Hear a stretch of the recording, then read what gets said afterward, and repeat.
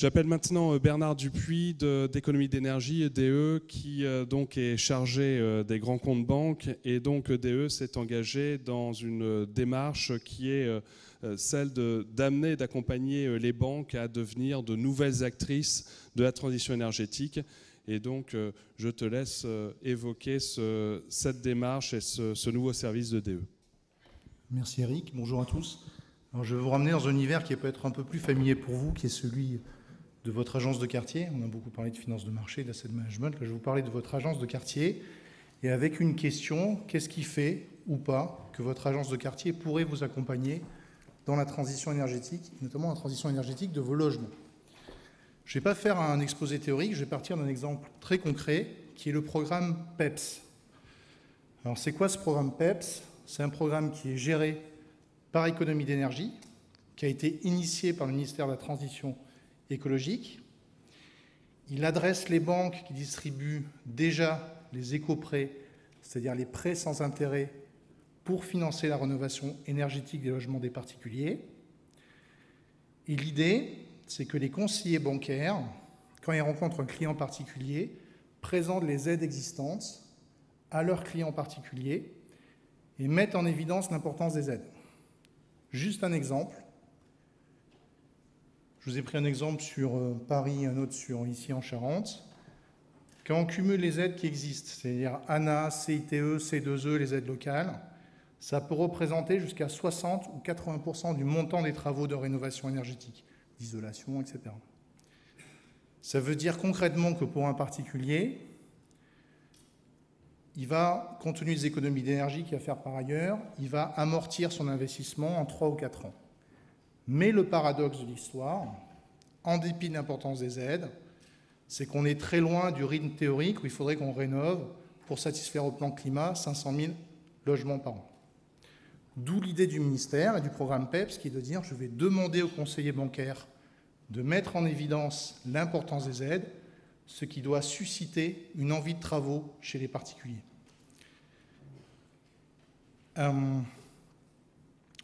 Je vais maintenant, alors pour les accompagner Économie d'énergie, on met à disposition différents modules, dont en particulier un calculateur qui permet de cumuler automatiquement les aides existantes et une formation.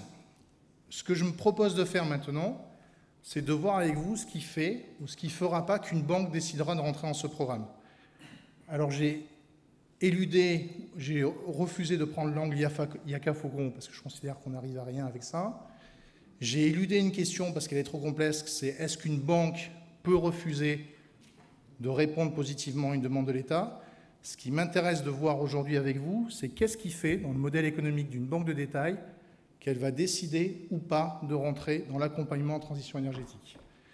En fait, il y a 3 questions, la première a déjà été affichée, qui se posent pour une banque. La première question qui va se poser, c'est comment je vais gérer ma gamme de produits? À aujourd'hui, votre conseiller bancaire en agence, il gère entre 50 et 100 produits.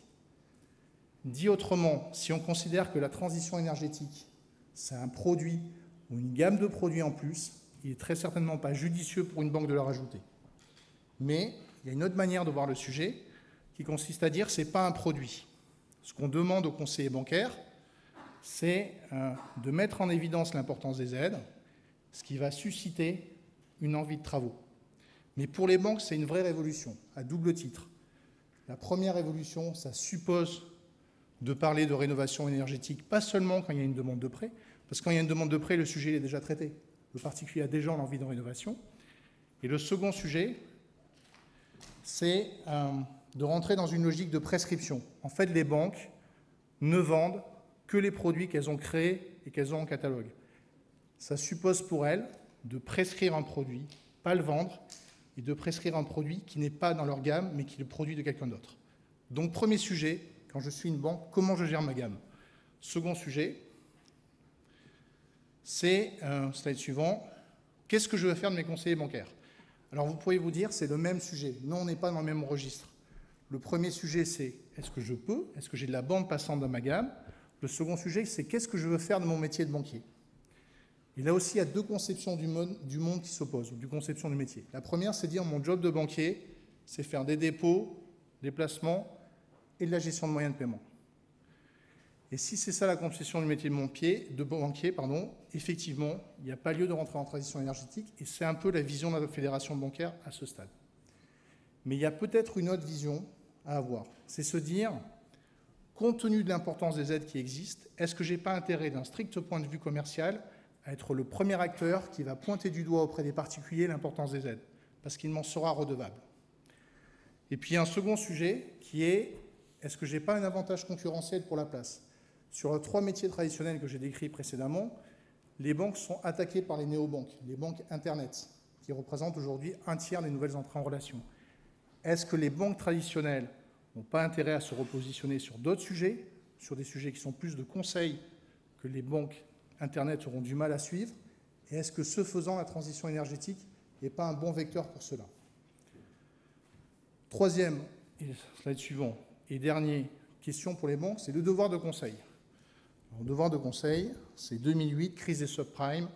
Les banques ont été énormément attaquées sur les sujets de devoir, défaut de conseil. C'est le développement de ce qu'on a appelé la conformité, la compliance, qui était d'ailleurs vécu avec une certaine irritation par les banques. Et quand on parle de rénovation énergétique avec les banques, elles nous disent « mais est-ce que je n'ai pas un risque de contestation ?»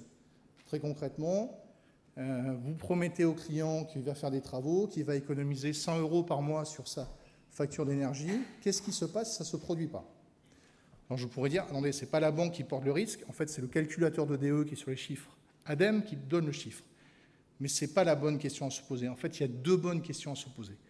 La première, pour être très concret, je suis la banque, j'ai prêté 20 000 € à mon client. Il repasse me voir dans 3, 6 mois, et là il me dit, mais attendez, je ne comprends pas très bien, vous m'avez prêté 10 000 € et vous avez oublié de me dire qu'il y avait 10 ou 12 000 € d'aide. Est-ce que ce n'est pas là où la banque va se mettre en défaut de conseil? Première question. Et puis il y a une seconde question qui est plus long terme. Si malheureusement les scénarios de dérèglement climatique se vérifient, si les banques ne jouent pas le jeu et décident de ne pas rentrer dans ce type d'accompagnement, est-ce qu'elles ne sont pas en train de se préparer, alors qu'elles n'ont pas déjà une image très forcément flatteuse, d'autres problèmes, et ça anticipe le procès sur les banques. Les historiens feront le bilan de ceux qui auront joué ou pas joué le jeu en termes de transition énergétique. Pour résumer, et avant de conclure, on voit très bien que la réponse à « j'accompagne mes clients particuliers dans la transition énergétique de leur logement », ce n'est pas une réponse triviale. Les banques, elles ne vont pas dire, même si le programme est gratuit pour elles, elles ne vont pas dire oui sur un claquement de doigts. Pourquoi? Parce qu'en fait, au cœur de ce sujet, il y a 3 questions stratégiques pour les banques. C'est comment je conçois ma gamme de produits, comment je conçois mon métier de banquier et comment je conçois mon devoir de conseil. Et en fonction des réponses qui seront apportées par les banques à ces sujets, les banques adhéreront pas ou adhéreront au programme PEPS et décideront ou non d'aller sur le sujet de la transition énergétique. Il faudrait... Alors on verra à la rentrée, il faut avancer les slides, on est déjà à la conclusion. On verra à la rentrée quelles banques décideront de devenir partenaires de ce programme PEPS. Ce que je voudrais faire avec vous en conclusion, c'est pousser d'un cran la réflexion. Il y a un précédent, et un peu anticiper ce qui pourrait se passer. Il y a un précédent historique pour les banques qui est l'assurance vie.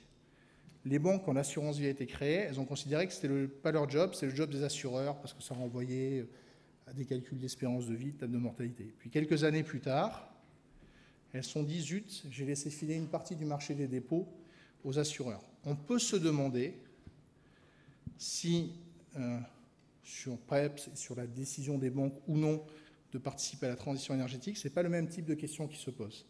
Pourquoi? Parce que ma conviction, c'est que, compte tenu de l'importance des aides, compte tenu de l'avantage commercial de celui qui, le premier, saura dire en particulier, il y a beaucoup d'aides, compte tenu du devoir moral qui va se faire de plus en plus pressant et prégnant, il y a forcément un secteur qui décidera de prendre ce marché.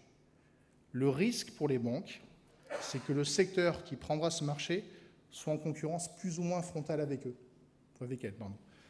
On peut penser aux assureurs, on peut penser aux courtiers en crédit, on peut penser aux néobanques, on peut penser aussi aux agrégateurs. C'est aussi à la lumière de cette vision sectorielle et stratégique qu'il sera intéressant de suivre le devenir du programme PEPS dans les mois qui viennent. Merci à tous. Merci. Il reste 30 secondes. Merci. Donc je crois que ça complète bien l'intervention de Louisa Flores tout à l'heure, et donc des banques qui s'engagent dans cette transition énergétique et écologique.